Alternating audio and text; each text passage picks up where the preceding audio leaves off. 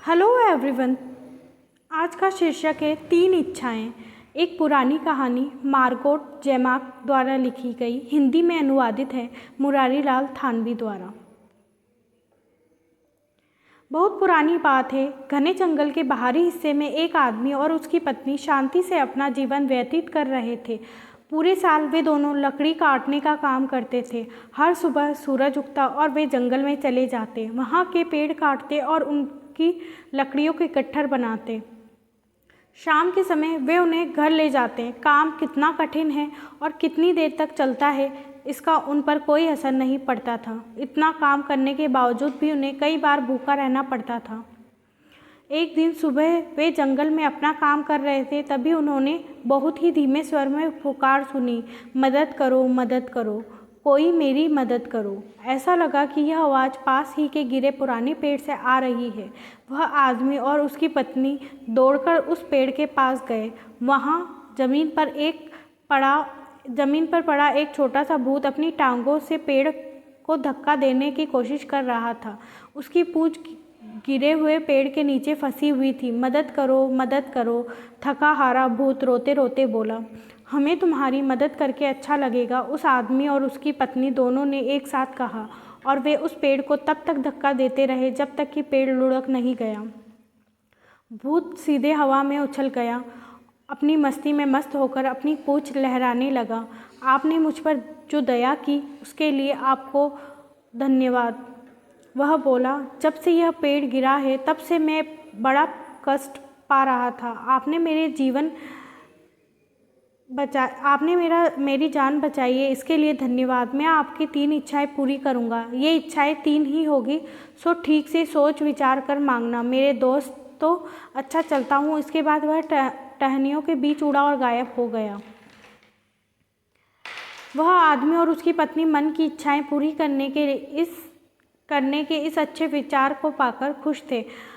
आज कड़ाके की ठंड थी। जल्दी ही पूरी होने वाली तीन इच्छाओं के ख्याल मात्र से उन्हें गर्माहट आने लगी थी। हमें अपने अच्छे कपड़ों और चांदी की इच्छा करनी चाहिए, पत्नी सोचने लगी, या एक ऐसा बड़ा मकान जिसमें फूलों का बगीचा हो और अनेक फलदार वृक्ष हो। शाम के समय वे घर गट्ठर उठाकर आ रहे थे। आदमी ने सोचा, हमें इन लकड़ियों को ढोने के लिए एक गधे की मांग करनी चाहिए, या फिर चलाने के लिए एक घोड़े की व गाड़ी की। यह बढ़िया रहेगा, उसने अपने आप से कहा, और पीठ पर लदा लकड़ी का गट्ठर उसे हल्का लगने लगा। जब वे घर के अंदर आ गए, आदमी और उसकी पत्नी ने अपनी तीन इच्छाओं के बारे में चर्चा की। हमें अच्छे कपड़ों और चांदी का वरदान मांगना चाहिए, पत्नी ने कहा, या फिर बहुत सुंदर फूलों वाले बगीचे व फलदार वृक्षों वाला एक बहुत बड़ा मकान, या फिर लकड़ी उठाने के लिए एक गधा मांगे, या फिर हमारे चलने के लिए घोड़ा गाड़ी, आदमी ने कहा। या हम गहनों से भरे एक बहुत बड़े संदूक की मांग कर सकते हैं, पत्नी बोली। या सोने के सिक्कों का एक पहाड़, आदमी बोला। हमें यह मांगना चाहिए कि अब हमें कभी भी भूखा नहीं रहना पड़े, पत्नी ने कहा। यह ठीक है, आदमी बोला, लेकिन अभी मेरी इच्छा हो रही कि काश हमारे पास रात के खाने के लिए मांस के टुकड़ों से भरी एक कढ़ाई होती। यह कहना हुआ था और काम हो भी गया। उसी क्षण मांस के टुकड़ों से बड़ी एक कढ़ाई प्रकट हुई। अंगीठे पर इनकी सिकाई हो रही थी, धुआं भी निकल रहा था। ओह मूर्ख, पत्नी चिल्लाई, देखो यह तुमने क्या कर दिया। अब मेरी यह इच्छा कैसे पूरी होगी, ये मांस के टुकड़े तुम्हारी बड़ी सी नाक पर लटक जाए।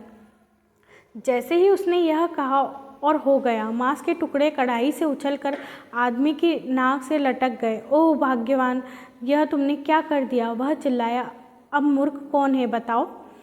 आदमी और उसकी पत्नी ने मांस के टुकड़े को नाक से हटाने की हर संभव कोशिश की। जितनी खींचतान हो सकती थी उन्होंने की, लेकिन उनके सारे प्रयास व्यर्थ गए। मांस के टुकड़े अभी भी उस बेचारे आदमी के नाक पर लटके हुए थे, और अंत में थक हार कर वह आदमी और उसकी पत्नी आग के सामने गिर पड़े। उन्होंने बड़ी उम्मीद के साथ अपनी तीसरी और आखिरी इच्छा के बारे में सोचा।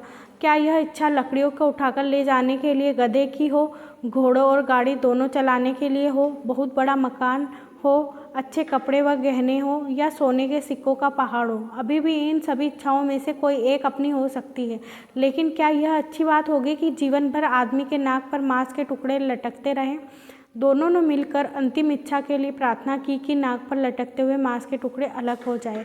इतना कहना हुआ कि मांस के टुकड़े फिर से कढ़ाई में जा पहुँचे, पकने लगे और धुआं उठने लगा और अच्छी सुगंध आने लगी। अब आदमी और उसकी पत्नी खुश होकर रात के खाने के लिए बैठ गए। अब ठीक है, हमने बहुत ज़्यादा खराब काम तो नहीं किया है, पत्नी बोली। यह भी सही है, यह भी सही है, आदमी ने सहमति जताई।